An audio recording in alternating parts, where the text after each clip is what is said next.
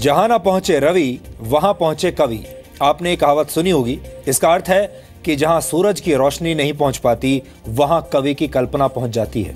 लेकिन आज हम इस कहावत में थोड़ा बदलाव करना चाहते हैं और ये कहना चाहते हैं कि जहां नहीं पहुंचे इंसान वहां भी पहुंच गए उसके कूड़े के निशान।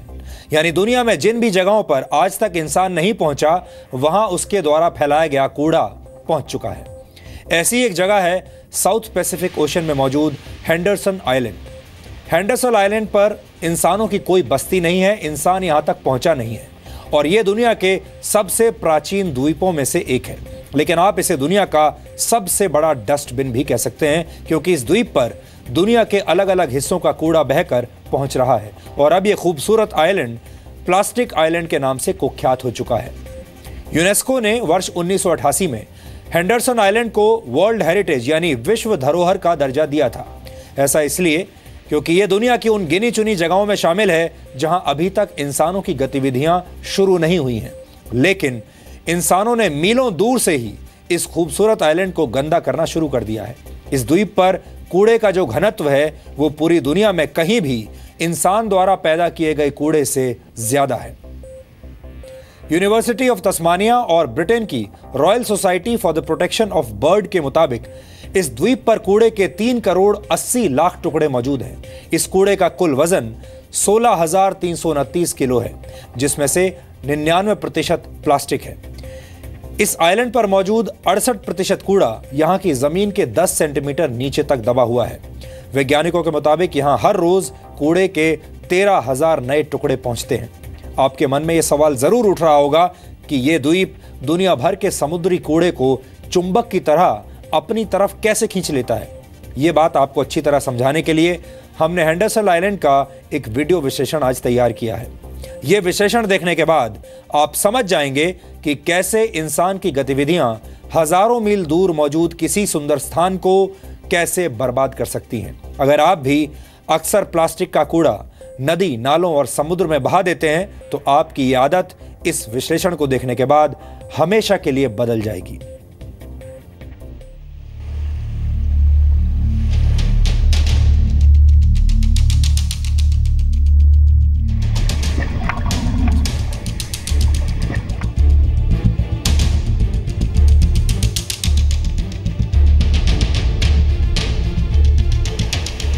समुद्र की शांत लहरें, हरियाली, दुर्लभ पक्षी और दूर तक फैला खूबसूरत नजारा। यह है दक्षिण प्रशांत महासागर में मौजूद हेंडरसन आइलैंड, जो दुनिया के सबसे खूबसूरत आइलैंड्स में से एक है। लेकिन अब यह प्लास्टिक के कूड़े का घर बन गया है।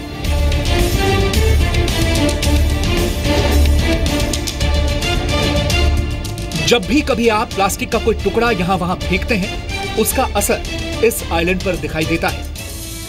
यह दुनिया के सबसे दूर दराज के इलाकों में से एक है। लेकिन आपके द्वारा फैलाए जाने वाले प्रदूषण का असर यहां साफ देखा जा सकता है। आपके coffee cup, water bottle, toothbrush हजारों मील बहकर प्रशांत महासागर के इन द्वीपों तक पहुंच जाते हैं और फिर यही प्लास्टिक का कचरा कभी पक्षियों के पेट में पहुंचता है तो कभी मछलियों और दूसरे समुद्री जीवों के पेट में। यह कूड़ा कभी रेत के नीचे दब जाता है तो कभी इसके बारीक कण समुद्र की लहरों के साथ बहने लगते हैं और यह प्लास्टिक वापस आपके पेट में भी पहुंच सकता है क्योंकि दुनिया भर में सी फूड बड़े चाव से खाया जाता है। अब आप सोचिए, अगर हर रोज इतना प्लास्टिक आपके शरीर में जमा होने लगे तो फिर क्या होगा।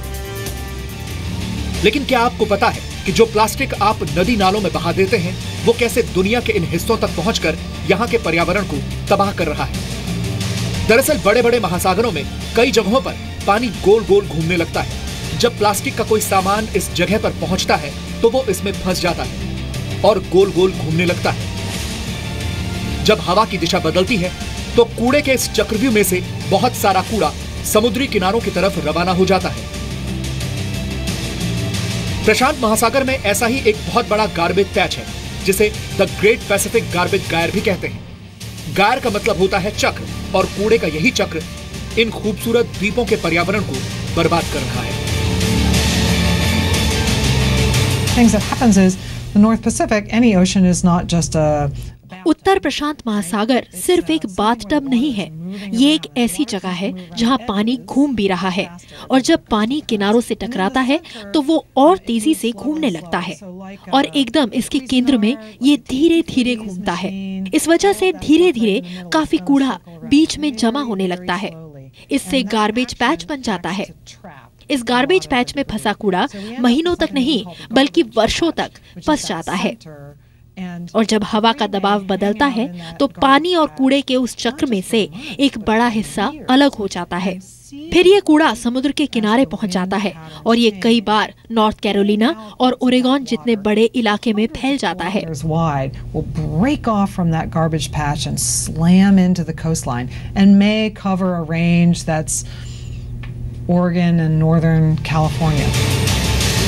प्रशांत महासागर में मौजूद हेंडरसन जैसे द्वीपों के समुद्री किनारों पर यह कूड़ा America, Europe, south America, Japan और चीन से यहां पहुंचता है। ऐसा ही एक गार्बेज पैच हिंद महासागर में भी मौजूद है। इसलिए जब आप अगली बार अपने घर से कोई प्लास्टिक की वस्तु बाहर फेंकें तो ध्यान ये रखें कि यह प्लास्टिक हजारों मील दूर किसी प्राकृतिक जगह को नुकसान पहुंचा सकता है, और इसका सबसे बुरा परिणाम यह भी हो सकता है कि यह कूड़ा अंत में आपके ही पेट में पहुंच जाए। ब्यूरो रिपोर्ट, जी मीडिया। प्लास्टिक का कचरा नदियों से होते हुए समुद्र तक पहुंच जाता है, जहां समुद्र की लहरें इस कचरे को बाहर नहीं जाने देती और समुद्र में किसी एक जगह पर यह कचरा जमा हो जाता है। दुनिया भर के महासागरों में इस वक्त ऐसे ही बड़े बड़े कूड़े के ढेर बन चुके हैं।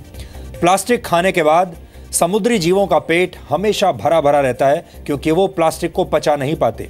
इस भूल में ये जीव जंतु खाने की तलाश नहीं करते और आखिरकार मर जाते हैं। इसी तरह समुद्र में रहने वाले छोटे जीव प्लास्टिक के इन कणों को भोजन समझ लेते हैं, और फिर इन जीवों को बड़ी मछलियां खा जाती हैं, और फिर ये मछलियां इंसानों के खाने में इस्तेमाल होती हैं। यानी प्लास्टिक वाला जो कचरा इंसान समुद्र में फेंक देता है, वही कचरा वापस इंसानों के खाने की टेबल तक पहुंच जाता है। प्लास्टिक को ठिकाने लगाने का सबसे आसान तरीका है उसे रिसाइकलिंग के लिए भेज देना, जहां इस प्लास्टिक कचरे को कंप्रेस कर दिया जाता है और फिर पिघलाकर प्लास्टिक के छोटे छोटे कण बना लिए जाते हैं। इन्हीं कणों से प्लास्टिक की वस्तुएं दोबारा बनाई जाती हैं। पूरी दुनिया में हर साल जितना प्लास्टिक फेंका जाता है, उसे एक साथ अगर जोड़ दिया जाए तो उससे पृथ्वी के 4 चक्कर लगाए जा सकते हैं। समुद्र की सतह पर प्रति वर्ग किलोमीटर के इलाके में प्लास्टिक की 3 लाख से ज्यादा वस्तुएं पाई जाती हैं।